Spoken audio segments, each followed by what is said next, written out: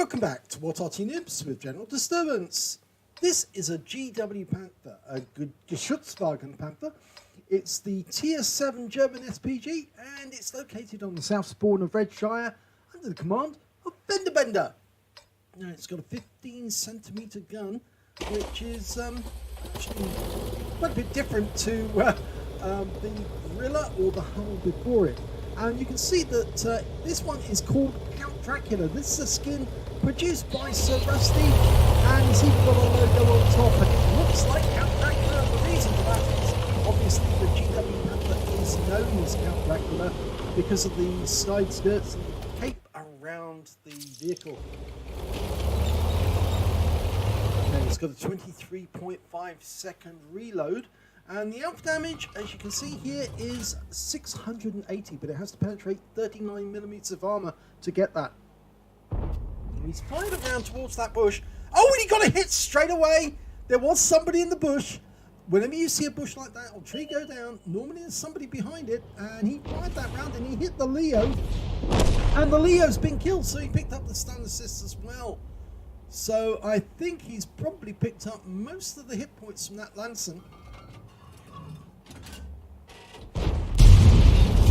Actually put it in chat, lol, and that's not surprising. I mean, that happens to me a lot. You fire your first shot into a bush or a tree that's been knocked down, you get a hit, and it's just so funny because the poor guy who got hit didn't even know the shell was coming towards him, but he did knock down a tree, and that's the cardinal sin.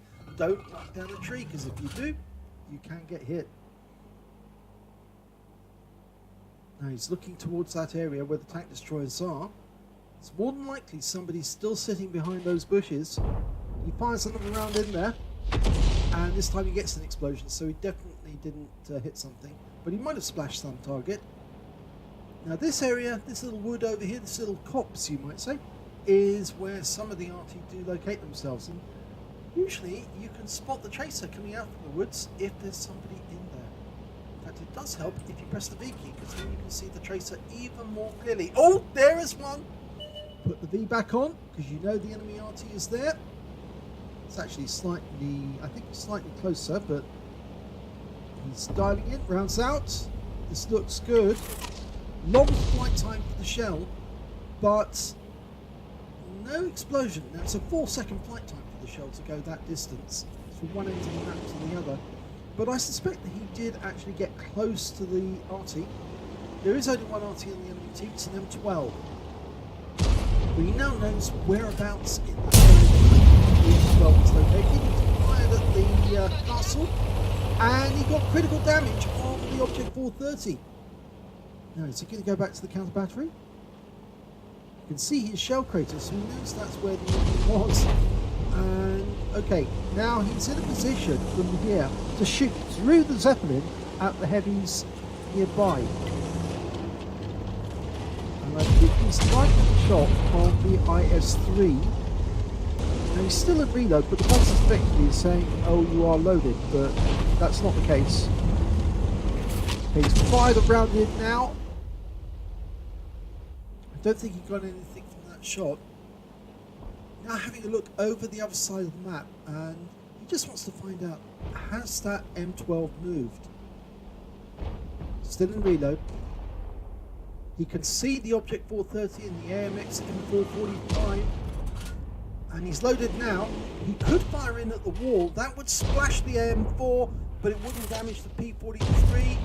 And he did exactly that. He damaged the M4 without touching the P43 in the process. And that's another trick that you experienced RT players learn.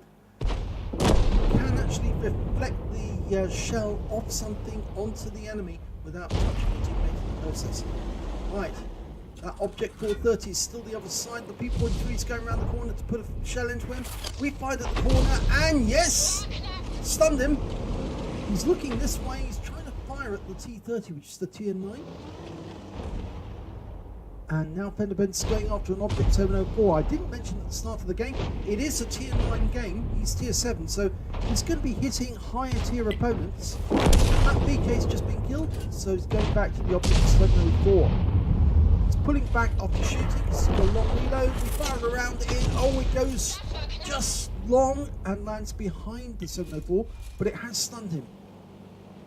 Now he's just changing his position as well. That's why the reticule was moving about.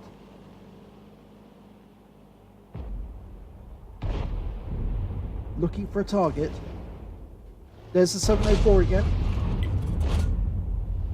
Lining up a shot. Diving in. Almost ready.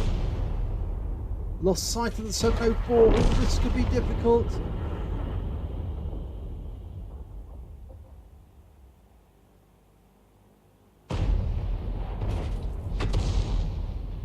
He's staying with that 704.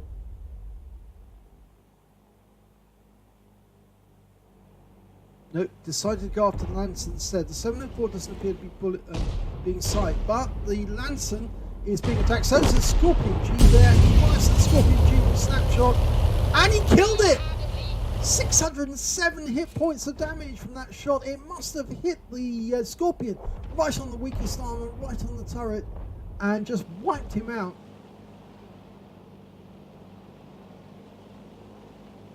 Now we're looking for that M12 again. With 3 tanks up on the enemy, and they're doing well at the Zeppelin corner. A quick look there. There's an Oni on the other side of the Zeppelin, but unfortunately our Oni is down to 3 hit points. Now we've hit the T key to show the enemy where we're show our teams where we're looking. Unfortunately, because it hit the wreckage or the bits of the Zeppelin, it put a marker over the entire object. Oh, there Oni does have more hit points, so we might be able to help our Oni by putting a stunning shot onto that Oni.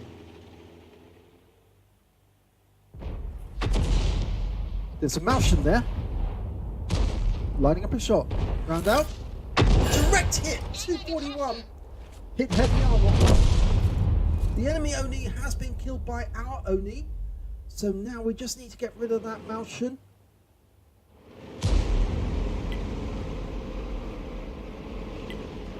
We're only a few seconds away from shooting. We could probably get a one-shot kill. The Malshan just killed our Strib S1. We fire around it, stuns him, and the Oni finishes him off. So that's a big success. That means that the tanks on that side are now free to move up. The enemy's now being boxed into a small point with this 1:30 PM. And there's the M12. He moved down to the other side of the map because our forces occupied the northwest corner. The M12's down. The SU-130 PM is being chased. We fire around in, anticipating it moving forward, but we still splashed in for 217. There's the 704 and the Lancer. The SU-130 has been killed, so we picked up some stun assist. It's getting very hectic now. The Lancer C's a one-shot. The 704's a one-shot. We're dialing in on the 704. Oh, he's gone. The Lancer C and the Oho are the last 2 left on the enemy team. We fire around in at Lancer. It's just too far away to splash him and stun him. Still reloading. And the Lancer C is down. And the Oho has been killed by our Oni. So that is the end of the game. Let's have a look at the end of battle stats. It's an ace tanker for Fender Bender in the GW Panther. In fact, it's his first ace tanker because it's got the scrolls underneath.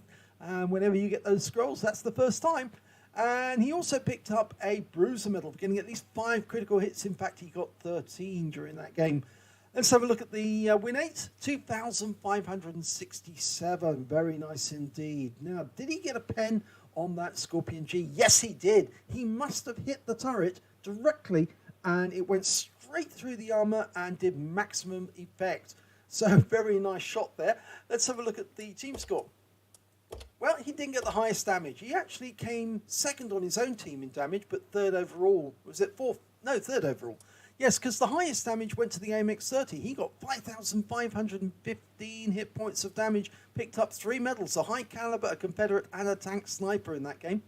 When it came to the enemy team, it was the Object 430. He did 2,399 hit points of damage. And then it came Fender Bender with 1,958.